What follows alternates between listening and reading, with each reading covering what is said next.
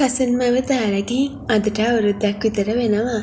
එදා ඒ සිද්ධ වුණු හදිසි අනතුර මගේ මුළු ලෝකෙම අනිත් පැත්ත ගැහුවා. අපි බැඳලා වැඩි කාලයක් තිබුණේ නැහැ. කසන්ගේ අම්මා, ඒ කියන්නේ මගේ නැන්දම්මා, අපි බඳින්නත් කලින්මයි නැති වෙලා තිබුණේ. ඒ නිසා කසන් නැති වුණාට පස්සේ මේ ලොකු ගෙදර ඉතුරු වුණේ මමයි කසන්ගේ තාත්තා වුණු ගුණදස මාමණ්ඩී විතරයි. මුල් දවස්වල ගෙදර තිබුණේ මහා මූසල පාළුවක්. මම කාමරයට වෙලා අඬ හිටියා. තාත්තා, ඒ කියන්නේ මාමණ්ඩි, එයාගේ දුක හිර කරගෙන දවස ගානේ කුලිය වලට ගියා.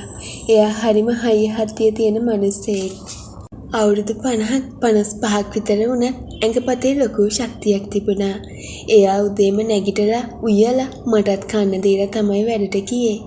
මම මුල් කාලේ හිටියේ පිස්සුවෙන් වගේ නිසා ගෙදර වැඩක් බලක්වත් හරියට කරගන්න මට සිහියක් තිබුණේ නැහැ. ඒත් කාලයත් එක්ක මම ටික ටික යථා තත්ත්වයටපත් වුණා. ජීවත් වෙන්න බැයි. තාත්තා තනියම දුක් විඳිනවා බලාගෙන ඉන්න මට බැරි වුණා. මම ගෙදර උයන පිහින වැඩ ආපහු පටන් ගත්තා. හවසට එයා වැඩයිලා එනකොට තේ එකක් හදලා දීලා කෑම ලෑස්ති කරලා මම එයා එනකම් බලාගෙන හිටියා. දුවේ, අද නම් මගට හරිම අමාරුයි. සිමෙන්ති කොට 50ක් විතර කරේ අදින්න උනානේ.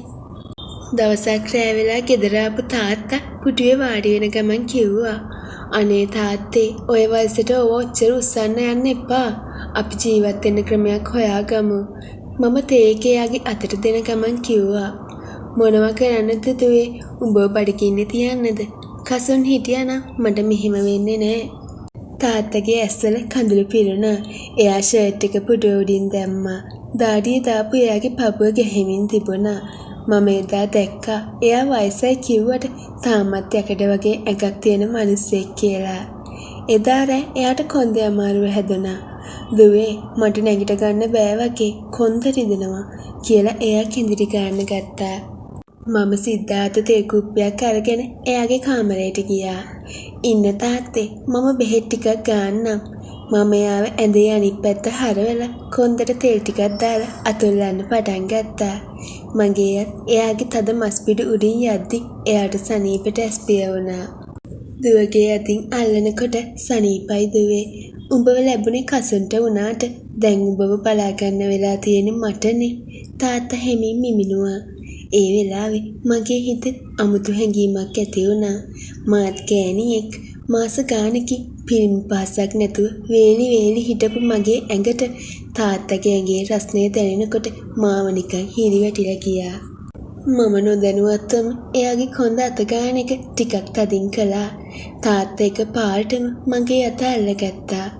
දුවේ, එයා මගේ දිහා බැලුවේ අමුතු බැල්මකින්.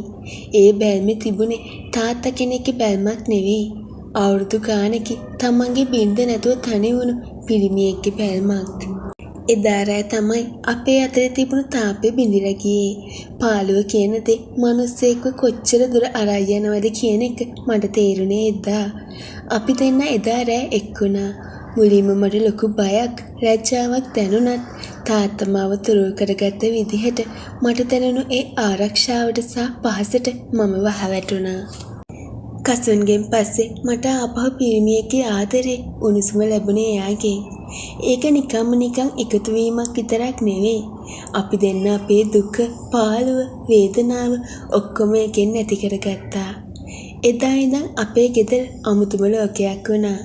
දවල්ට අපි ලෝකෙට පෙන්නුවේ ලේලිසා මාමණ්ඩි වගේ. ඒත් රෑට අපි දෙන්න අඹුසමියෝ වගේ වුණා. තාත්තා මාව බලාගත්තේ හරිම ආසාවෙන්. මම එයාට ඕන හැම සැපක්ම දුන්නා. එයාත් මට මගේ හිතේ තිබුණු හැම ආසාවක්ම ඉටු කළා. ඇත්තම කියනවා නම් කසුන් එක්ක හිටියටත් වඩා ලොකු තෘප්තියක්, ලොකු සැපක් මම තාත්තගෙන් ලැබුවා. එයා හරිම පළපුරුදු පිරිමියෙක්. මගේ ඇඟේ හැම අඟලක්ම එයා දැනගෙන හිටියා වගේ. කුලී වැඩ කරලා හයිය වුණු එයාගේ ඇඟෙන් මට ලැබුණු ඒ සතුට මාව මත් කළා. මට බයයි තාත්තේ, කවුරු හරි දැනගත්තොත් අපි ඉවරයි.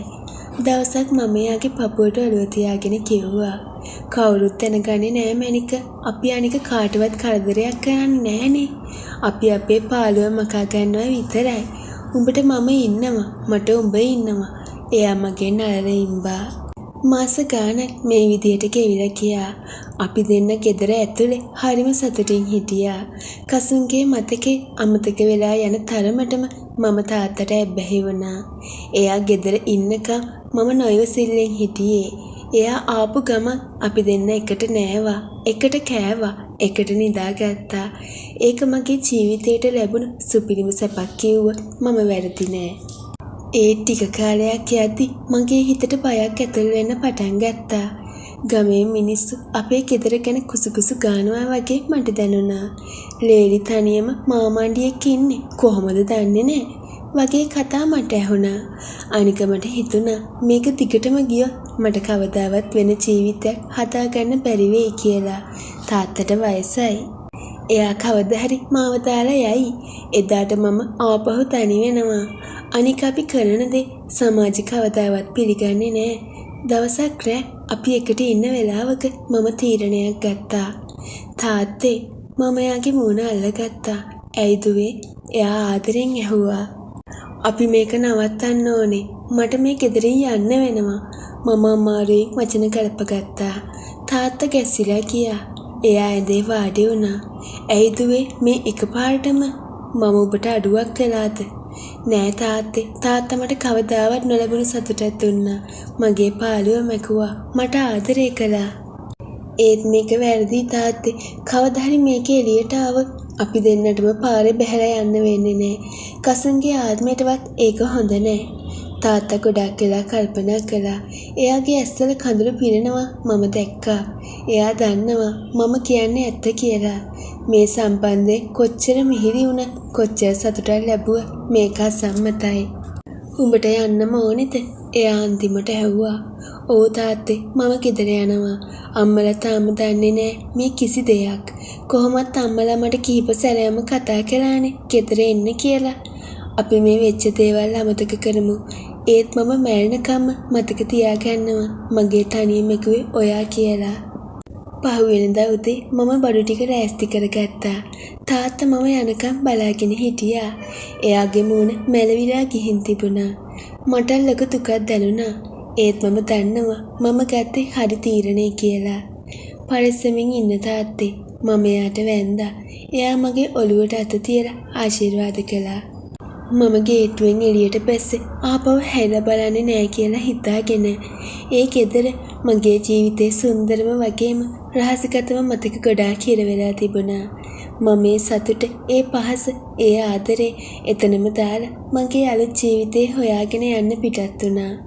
ඒත් මගේ හිතේ කොනක තාමත් ඒ ගිනිගත් රාත්‍රීන් වල මතකේ සදාකාලිකවම තියෙයි. මේ වගේ කතා කියවන්න කැමති අය අපිව සබ්ස්ක්‍රයිබ් කරගෙන යන්න. මේ කතාව ලස්සනයි නම් ලයික් එකක්, කමෙන්ට් එකක් දාගෙන යන්න අමතක කරන්න එපා.